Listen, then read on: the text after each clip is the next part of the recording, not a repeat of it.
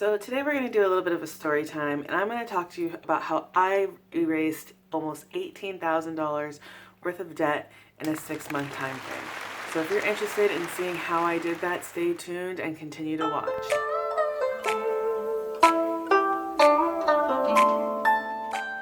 If you are new to my channel, welcome. I'm Brittany with Laid Back Lux. I usually talk about my luxury finds and I give my opinion on items or situations or just pretty much on everything. I love giving my opinion. So if that's something you're interested in, don't forget to hit the subscribe button and the bell to be notified when I make new content. For those of you who are returning subscribers, thank you and welcome back to another video. As the title states, I'm going to talk about how I erased about $18,000 to $19,000 worth of debt in a 6-month time frame. Now, I am not a financial advisor. I just use some tips and tricks that I learned while I was working in banking, and also some things that my husband was showing me and some of my own research. So everything that I've done, it was helpful for me. It was very beneficial for me. It may not be the same situation for everyone else, but there are some tips and tricks in here that may be able to help anyone in any kind of financial situation. So if you're interested, definitely remember, stay tuned till the end of this video, and don't forget to hit the like button if you're interested in videos like these. It'll help me know which content to keep making and which to kind of, push on to the side. So let's get started. The first thing I had to do in order to get rid of a whole bunch of debt was to figure out how much debt I actually had and where it was all coming from. In the beginning, my debt was separated amongst 2 different credit cards. I had a personal loan, and that was pretty much it. It was my credit cards and my personal loan that carried the highest balance. I was constantly paying it off and putting more debt and paying it off and putting more debt. So I never really had a straight figure. I really never knew how much exactly I owed. All I knew was I wanted to have a different interest rate. My loan wasn't extremely high percentage rate, but it wasn't low either. It was 10%. My credit card, one of the interest rates was like 26%. Another credit card interest rate was 14%. And those were just still too high. So originally what I had done was I had decided I was going to do a debt consolidation. And I felt like that was going to work best for me. For a little bit, I did try to do the snowball effect. And if you guys are unfamiliar with the snowball effect is when you either pay off your lowest payment or your highest interest credit card first. So you're maintaining the balances, or you're paying off the minimum balance on every other credit card or areas or interest of debt, and you choose one that you're going to put a little more towards. So an example is like, let's say my balances across all my credit cards were $25 a month. I made sure to pay that $25 a month, and then any extra money that I had all went towards my credit card that had the lowest balance. However, for me, that was taking a little too long, so I decided to consolidate all of it. My original thought was to get a loan, and I actually went through the process to get a loan that was 7% to consolidate all of it, and I realized, what am I doing? I have credit cards that have balance transfers on them. So I went to each credit card to see what the deals were for balance transfers, and both of my credit cards had balance transfers that offered a percentage rate up front, one rate, one time, and then you had 12 months of 0% interest to pay it off. However, Discover decided, or had the best rate. It was a 3% one-time fee, and then 0% for 12 months. And I knew I could knock it out in 12 months easily. I wasn't even worried about it. I was like, you know what, that's what I'm gonna do. So I put all of my debt. Now, a lot of my debt wasn't on buying like leather goods or bags or anything like that. I actually put a lot of school on my credit cards. Vehicle maintenance. We drive a Mini Cooper Sport, and it requires a lot of maintenance, and so I was just putting them on the credit card. I'm like, oh, I'll pay them off later, I'll get points, put it on the credit card. I'm gonna fix it anyway, might as well just do it now. So I had a lot of that. Another thing that I did was I did a lot of travel. It kind of got to the point where we were getting ready to leave, and I decided that I do not want to have debt anymore. And I decided, okay, let's do this. Let's consolidate. Let's put it all on one. And then we're going to figure out what those monthly payments are. So all of these tips that I'm sharing now are tips that anyone in any situation can do. So you can choose to do the snowball effect, and I'll leave a link that kind of describes snowballing a little more in depth than I just did. Or you can choose to do what I did with balance transfer or a personal loan if that works best for you, because sometimes you're not going to be able to pay down debt in 12-month time frame, and you don't want to be hit with the credit card's high percentage rate after the 12 months. But if you know it's going to take you maybe 4 or 5 years to pay down the debt realistically, then I would look at getting a low interest personal loan. As long as it's cheaper than or less expensive, the rate is lower than any of your other rates, I'd say that's a good deal if you can get that. Now, just be mindful if you do a debt consolidation loan, check to make sure that they don't require you to close all of your credit cards or lines of credit if that does happen. Some banks do make that part of the rule, but not all banks. So definitely just make sure to look into that. So I sat down and I took my balance, and at the time it was something like $18,900. It was something crazy. I really did that math to see how long it would take to pay it off. It was quite a while. And then I was like, well, maybe I can sell some things to help get this money down. So, okay, to be fair, $4,000 of that $18,000, I knew I was going to be reimbursed because I did get tuition reimbursement for classes. So I did get about $4,000 back from my job for tuition reimbursement, and I did put all of that towards my debt. I put all $4K. As soon as it came in, it went directly towards my debt. I decided to sell my car. I sold it for $5,000, which was great because I think I only paid like $8,000 for it like 10 years earlier. It was a good deal. So I sold my car for about $5K, and I put all $5,000 on that credit card. I just paid it all off, and I just drove our Mini Cooper. And when my spouse came back, we were a one car family. He had his motorcycle if he really needed to, but we just made it work, and that was just really beneficial. And then what I did after that, I sat down and I was like, okay, if I know I'm going to be selling my car and I know I'm going to be getting this tuition reimbursement, how much do I actually owe? And it came down to about $10,000. It was $9,900.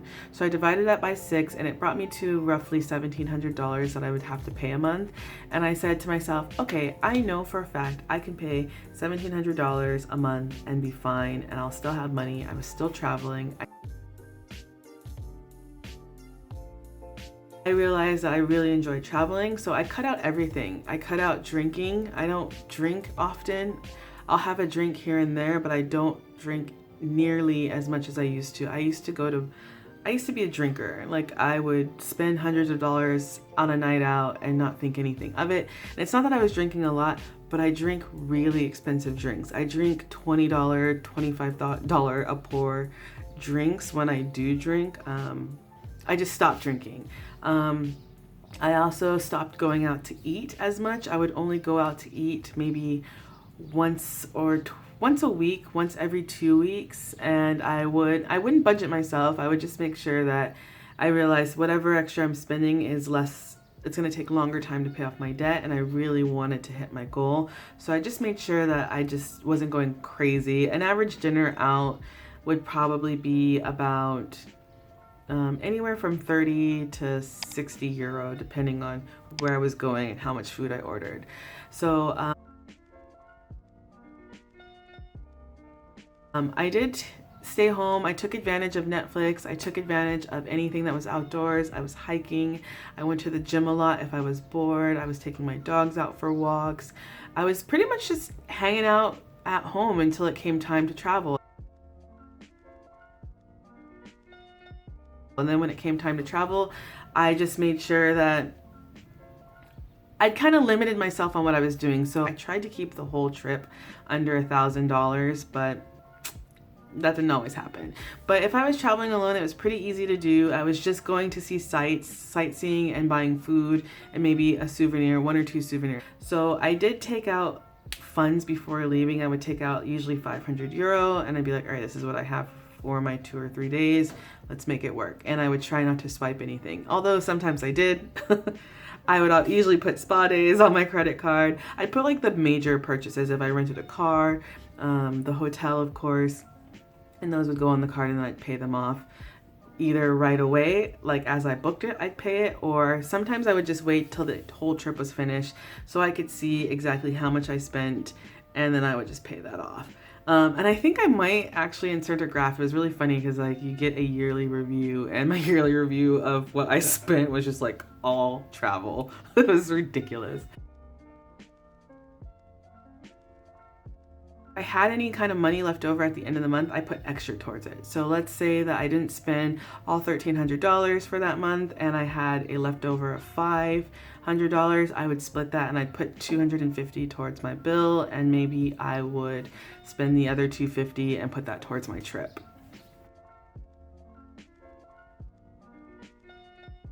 I was spending a lot of money at lunch, eating lunch. I was spending about $250 a week out on food on lunch only. So I stopped eating lunch out and I made breakfast, lunch, and dinner at home.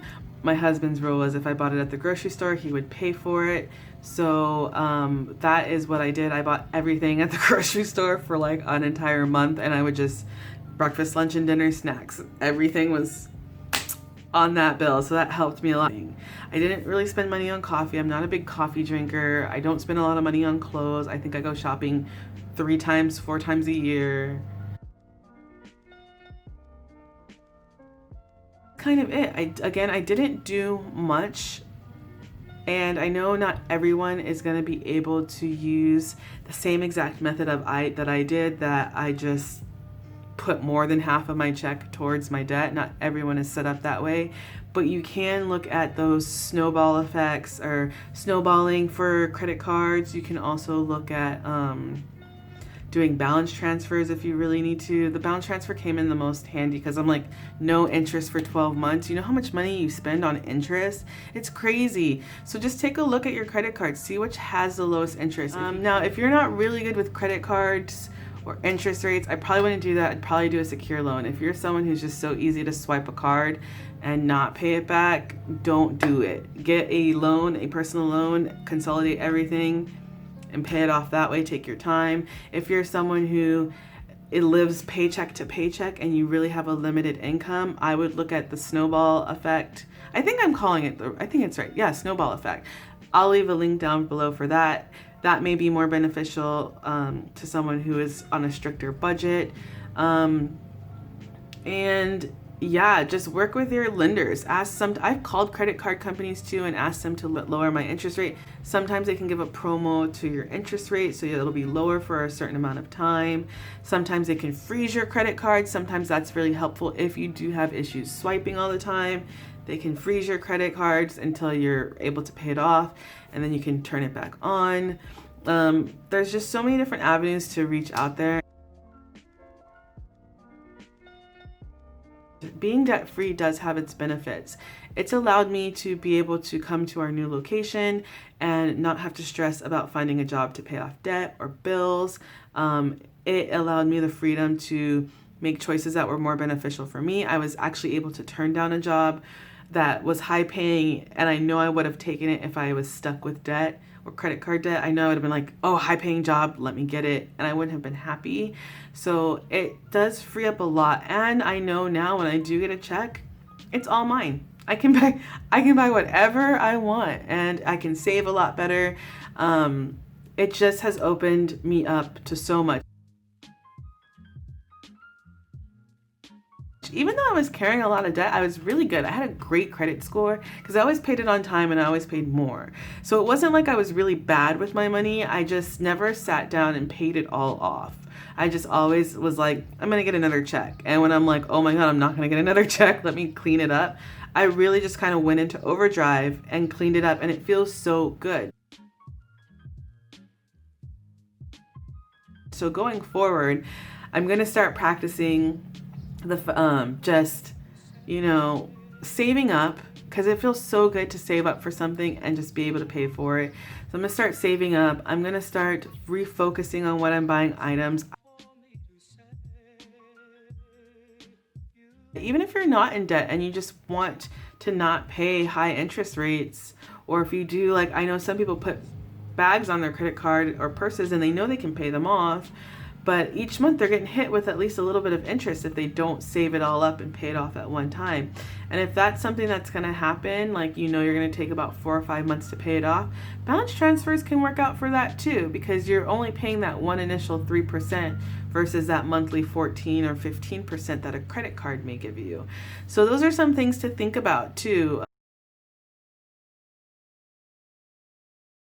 Be smart. If we're gonna buy luxury, it's great if you don't have the money 100% right then and there, but you're gonna be able to afford it.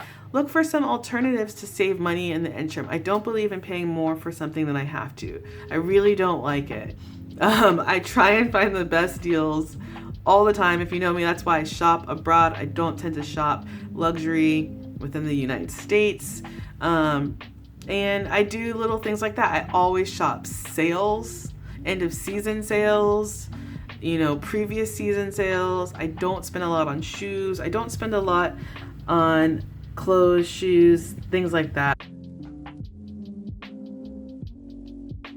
I do, however, now want to start spending a lot more on furnishings for the house. So I am going to be looking for better quality pieces. I want just classy, elegant style with a little bit of edge. So yeah, that's pretty much it. I hope this was helpful to some. I know it was more of a ramble / story time, and not everyone's going to benefit, but if I can help at least 1 or 2 people, that really excites me. And if you guys have any specific questions, leave them in the comments. I'll do my best to answer them or provide links to help. As always, again, don't forget to like this video if you enjoyed it. Don't forget to subscribe, and don't forget to leave questions or comments in that comment section, and I will make sure to get to them as soon as possible. So that is it for me. I am going to, say my stay safes and chows and yeah, all that good stuff. So again, just stay safe and ciao.